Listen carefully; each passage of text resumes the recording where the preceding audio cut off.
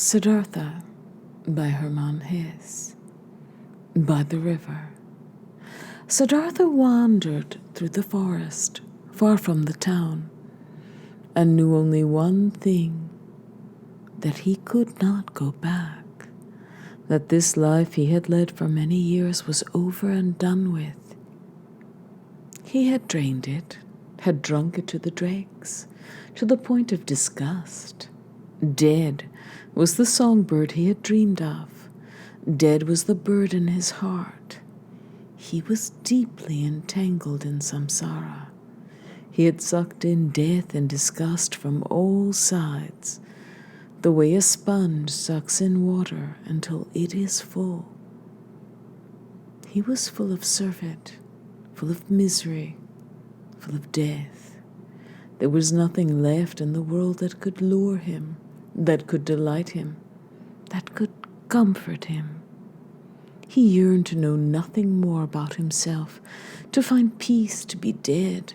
If only lightning would come and kill him, if only a tiger would come and devour him, if only there were a wine, a poison that could bring him a stupor, bring him sleep and oblivion, and no more awakening. Was there any filth with which he had not soiled himself, any sin or folly he had not committed, any spiritual bleakness with which he had not burdened himself? Was it still possible to go on living? Was it possible to inhale breath again and again, and exhale breath to feel hunger, to eat again, to sleep again, to lie with a woman again? Was this cycle not exhausted and completed for him? Siddhartha reached the large river in the forest, the same river across which a ferryman had once ferried him, when Siddhartha had been a young man coming from Gautama's town. He now halted at this river, stood hesitantly on the bank. Fatigue and hunger had weakened him. And then, why should he go on? Where to? Toward what destination? No. There were no more destinations. There was nothing but his deep, painful yearning to shake off this whole wild dream, to spit out this stale wine, to end this woeful and shameful life. A bent tree hung over the riverbank, a coconut tree. Siddhartha leaned his shoulder against it, put his arm around the trunk, and gazed down into the green water, which kept flowing and flowing beneath him. Gazing down, he felt entirely filled with the wish to let go and go under in this water. In the water a dreadful emptiness mirrored a fearful emptiness in his soul. Yes, he was at the end. Nothing was left for him but to snuff himself out, but to shatter the failed formation of his life, toss it at the feet of snickering gods. This was the great vomiting he had longed for, death, the shattering of the form he hated. Let the fish eat him, the dog Siddhartha, this madman, this foul and fetid body, this exhausted and misused soul. Let the fish and the crocodiles eat him. Let the demons dismember him. With a twisted face he stared into the water, saw his face reflected, and he spit at it. In deep fatigue he loosened his arm from the tree trunk and turned slightly in order to plunge in a sheer drop, to go under at last. Closing his eyes, he leaned toward death. But now, from remote regions of his soul, from past times of his worn-out life, a sound came flashing. It was a word, a syllable. which he lulled unthinkingly to himself, the old initial word and final word of all Brahman prayers, the sacred Om, which virtually means the perfect or the completion.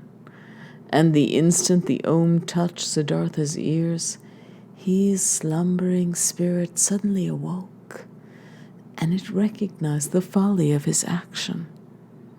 Siddhartha was profoundly frightened.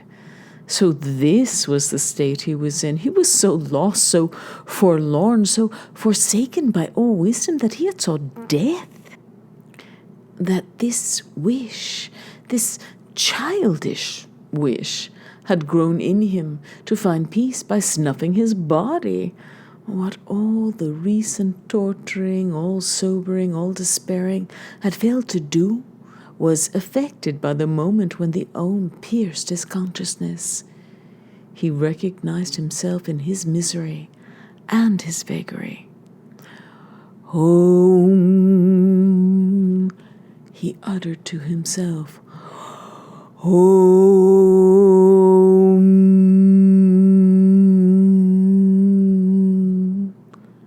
And knew about Brahma, knew about the indestructibility of life, knew again about all the godliness he had forgotten, but that was only for an instant, a flash. Siddhartha sank down at the foot of the coconut tree, laid his head on the root of the tree, and sank into deep sleep. Deep was his sleep and free of dreams. He had not known such a sleep for a long time. Upon awakening after several hours, he felt as if 10 years had passed. He heard the soft flowing of the water. He did not know where he was or who had brought him here. He opened his eyes. He was amazed to see trees and heaven above him, and he recalled where he was and how he had come here. But it took him a long while to remember, and the past seemed veiled, endlessly far, endlessly remote, endlessly indifferent. All he knew was that he had abandoned his bygone life.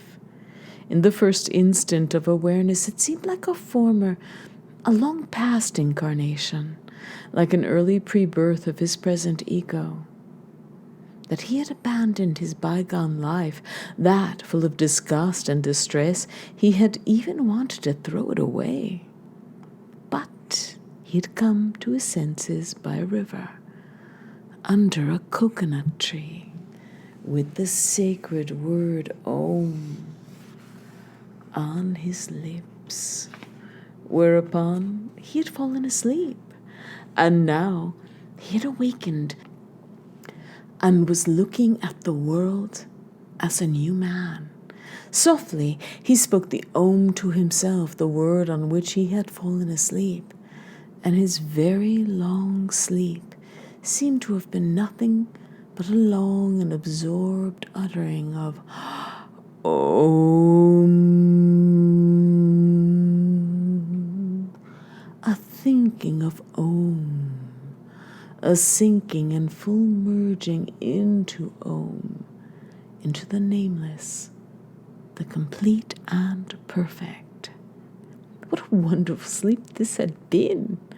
Never had a sleep refreshed him, renewed him, rejuvenated him so profoundly. Might he really have died, have perished and been reborn in a new shape? But no, he recognized himself. He recognized his hands and his feet, recognized the place where he was lying, knew this ego in his breast, this Siddhartha, this obstinate man, this bizarre man. And yet, this Siddhartha had been transformed all the same, had been renewed, had strangely slept his fill, was strangely awake, cheerful, and curious. Siddhartha sat up, And now he saw someone sitting across from him, a stranger, a monk in a yellow robe with a shaved head and in the posture of reflection. Siddhartha gazed at the man who had no beard, no hair on his head. And after gazing only briefly, he recognized this monk. It was Govinda, the friend of his youth, Govinda, who had taken refuge with the sublime Buddha. Govinda had aged, he too, but his face still had the same old features. It spoke of zeal, of loyalty, of seeking, of anxiety. But when Govinda, feeling Siddhartha's gaze, opened his eyes and looked at him, Siddhartha saw that Govinda did not recognize him. Govinda was delighted to find him awake.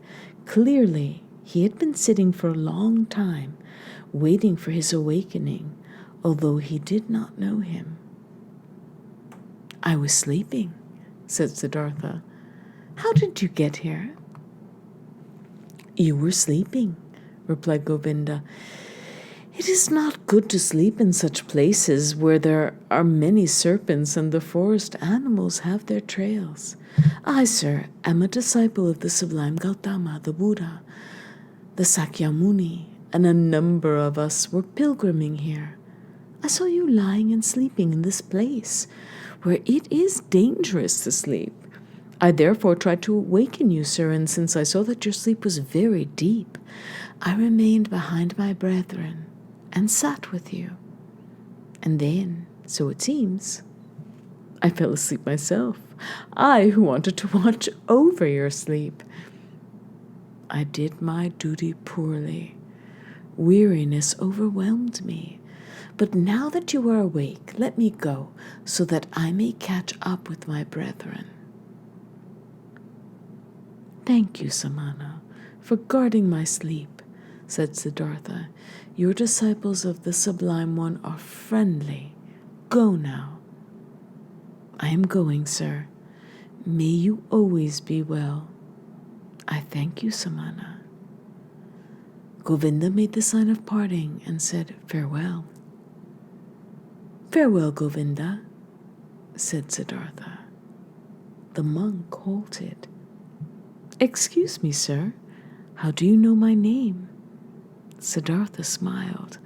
"I know you, O Govinda, from your father's hut and from the Brahmin school and from the sacrifices and from our joining the samanas and from the hour when you took refuge with the Sublime One in the grove of Jetavana." "You are Siddhartha!"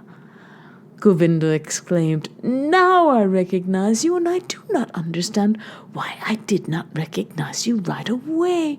Welcome, Siddhartha. My joy at seeing you is great."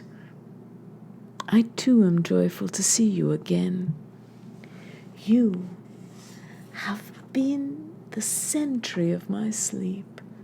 Let me thank you again, although I needed no sentry. Where are you going, O friend?" "I am going nowhere. We monks are always on the move, except in the rainy season. We wander from place to place, live according to the rule, proclaim the teaching, receive alms, and wander on. It is always like that, but you, Siddhartha, where are you going?" Siddhartha said, "It is the same with me, my friend. As with you, I am going nowhere.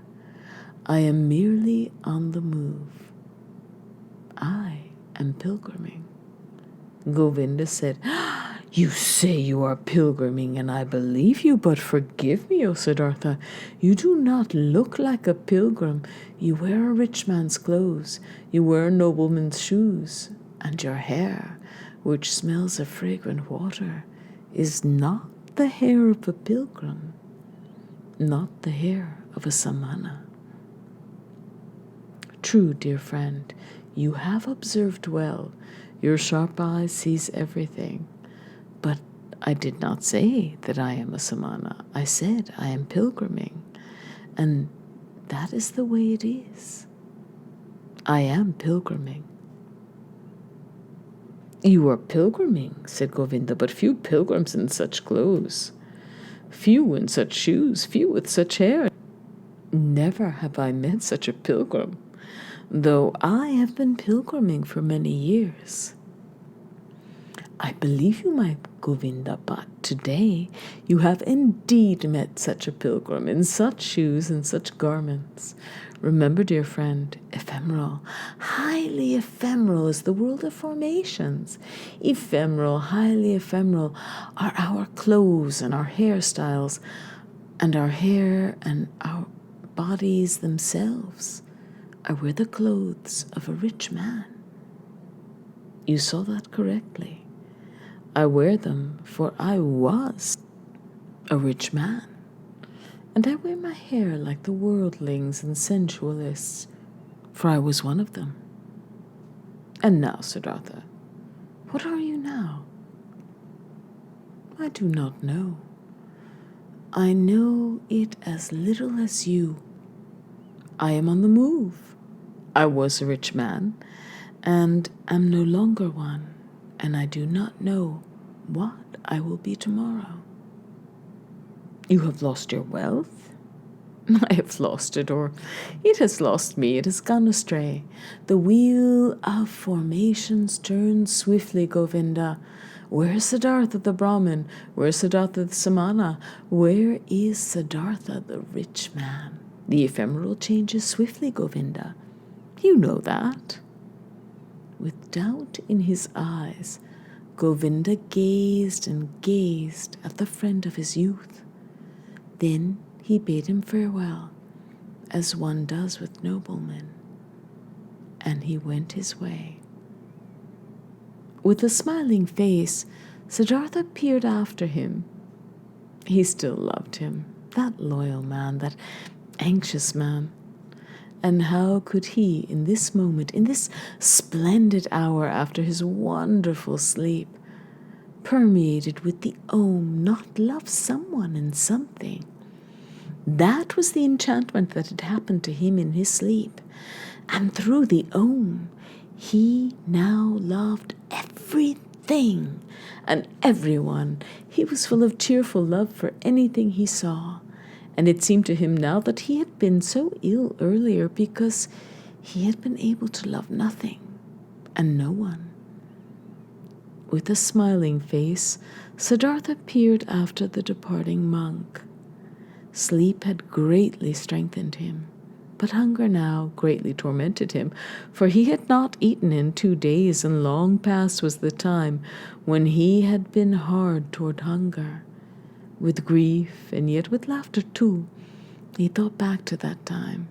He recalled that he had boasted of 3 things to Kamala. He had been master of 3 noble and invincible arts: fasting, waiting, thinking. That had been his property, his might and strength, his solid staff. In the zealous, arduous years of his youth, he had learned those 3 arts and nothing else. And now they had abandoned him. None of them were his anymore. Not fasting, not waiting, not thinking. He had given them away for the most wretched things, the most ephemeral things, for sensuality, for luxury, for wealth. His life had indeed been bizarre, and now, so it seemed, he had truly become a child person. Siddhartha thought about his situation. It was hard for him to think. He basically did not feel like thinking, but he forced himself. Well, he thought, since all these so ephemeral things have slipped away from me again, I am now standing again under the sun, under which I once stood as a little child. I have nothing. I know nothing. I can do nothing. I have learned nothing. How wondrous this is, now that I am no longer young, now that my hair is already half gray, now that my energy is ebbing. I am starting all over again, like a child. Again he had to smile. Yet strange was his fate. Things were going downhill for him, and now he stood again empty and naked and foolish in the world. Yet he could feel no grief. No, he actually felt like laughing at himself, laughing at this strange and stupid world. Things are going downhill with you, he said to himself, and laughed. And as he said it, he looked at the river, and he saw the river also going downhill, always wandering downhill, and yet singing and remaining cheerful. He liked that. He gave the river a friendly smile. Was this not the river in which he had wanted to drown once, a century ago? Or had he merely dreamt it? Peculiar is my life indeed, he thought. It has taken peculiar detours. As a boy, I dealt only with gods and sacrifices. As a youth, I dealt only with asceticism, with thinking and meditating, seeking Brahma, honoring the eternal and Atman. But as a young man, I followed the penitents, lived in the forest, suffered heat and frost, learned how to hunger, taught my body castigation. Prompt and wonderful in the teaching of the great Buddha, enlightenment came to me. I felt knowledge about the oneness of the world circulating in me like my own blood. But then I had to get away from Buddha too. And from the great knowledge, I went and learned the pleasure of love from Kamala, learned business from Kamaswami, piled up money, wasted money, learned to love my stomach, learned to flatter my senses. I had to spend many years losing my spirit, unlearning how to think, forgetting the oneness. It is not as if I, a man, gradually and very circuitously became a child again, as if I, a thinker, became a child person, and yet this way was very good, and yet the bird in my breast did not die, but what a way it was! I had to go through so much stupidity, so much vice, so much error, so much disgust and disillusion and distress merely in order to become a child again and begin afresh. But it was right. My heart says yes. My eyes are laughing. I had to experience despair. I had to sink down to the most foolish of all thoughts, to the thought of suicide, in order to experience grace, to hear Om again, to sleep properly again, and to awaken properly again. I had to become a fool in order to find Atman in me again. I had to sin in order to live again. Where will my way lead me now? This way is foolish. It runs in loops. It may run in a circle. Let it run as it will. I will follow it. In his breast, he felt joy surging wonderfully. Where, he asked his heart, where do you get this merriment? Does it come from that long, fine sleep that did me so much good? Or from the word Om that I uttered? Or was it that I ran away, that my flight is completed, that I am finally free again and standing under the sky like a child? Oh, how good is this fleeting, this freedom? How pure and lovely is the air here. How good to breathe. In the place I ran away from, everything smelled of salve, of spice, of wine, of surfeit, of sluggishness.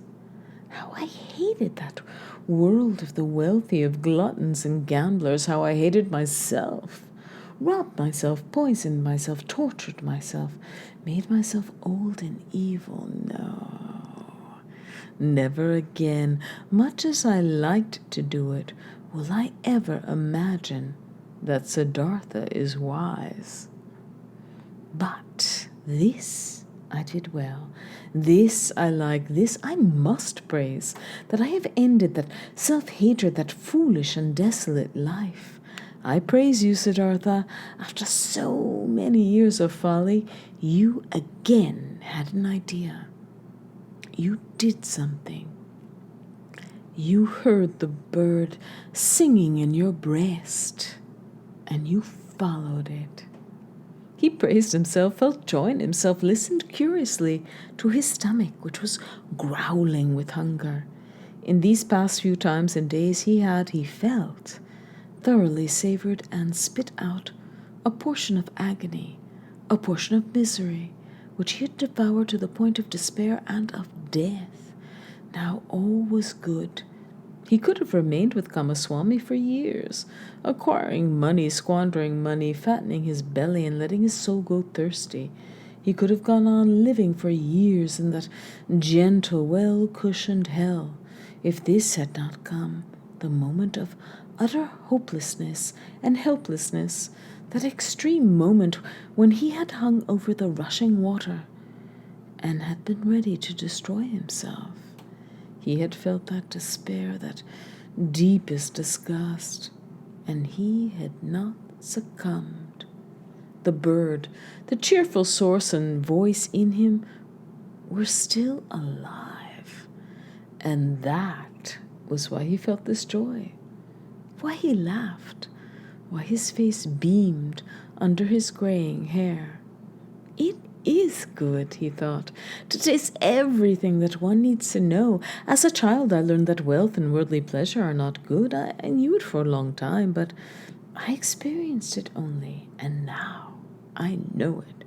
Know it not only with my memory, but also with my eyes, with my heart, with my stomach. Good for me that I know it. He pondered and pondered his transformation, listened to the bird as it sang for joy. Had this bird not died in him? Had he not felt its death? No. Something else had died in him, something that had long yearned for death. Was this not what he had wanted to kill in his years of ardent penitence? Was it not his ego, his small, proud, anxious ego, with which he had fought for so many years, which had always defeated him, always returned after every killing, outlawing joy, feeling fear? Was it not this which had finally found its death today, here in the forest, on this lovely river? Was it not because of this death that he was now like a child, so full of trust, so without fear, so full of joy? And now Siddhartha sensed why he, as a Brahmin, as a penitent, had vainly fought with his ego. Too much knowledge had hindered him, too many sacred verses, too many sacrificial rules, too much castigation, too much acting and striving. He had been full of pride, always the cleverest, always the most eager, always a step ahead of all others, always the knowledgeable and intellectual one, always the priest or the sage. His ego had hidden away in this priesthood, in this pride, in this intellectuality. There his ego had taken root and had grown. Well, he thought he had killed it with fasting and penitence. But now he saw it, and saw that the secret voice had been right, that no teacher could ever have redeemed him. That was why he had had to go out into the world, losing himself in pleasure and power, in women and money, had to become a merchant, a dicer, a drinker, a grasper, until the priest and the samana inside him were dead. That was why he had to keep enduring those ugly years, enduring the disgust, the emptiness, the meaninglessness of a bleak and lost life, to the end, to bitter despair, until Siddhartha, the sensualist, Siddhartha, the grasper, could die. He had died. A new Siddhartha had awoken from sleep. He too would grow old. He too would have to die someday. Siddhartha was ephemeral. Every formation was ephemeral. But today he was young, was a child, the new Siddhartha, and was full of joy. He thought these thoughts, listened to his stomach with a smile, gratefully heard a humming bee. Cheerfully he peered into the streaming river. Never had he liked a body of water as much as this one. Never had he heard the voice and metaphor of flowing water as strong and as lovely as this one. He felt as if the river had something special to tell him, something that he did not yet know, that was still waiting for him. Siddhartha had wanted to drown in this river. The old, weary, desperate Siddhartha had drowned in it today. But the new Siddhartha felt a deep love for this streaming water, and he resolved not to leave it again so soon.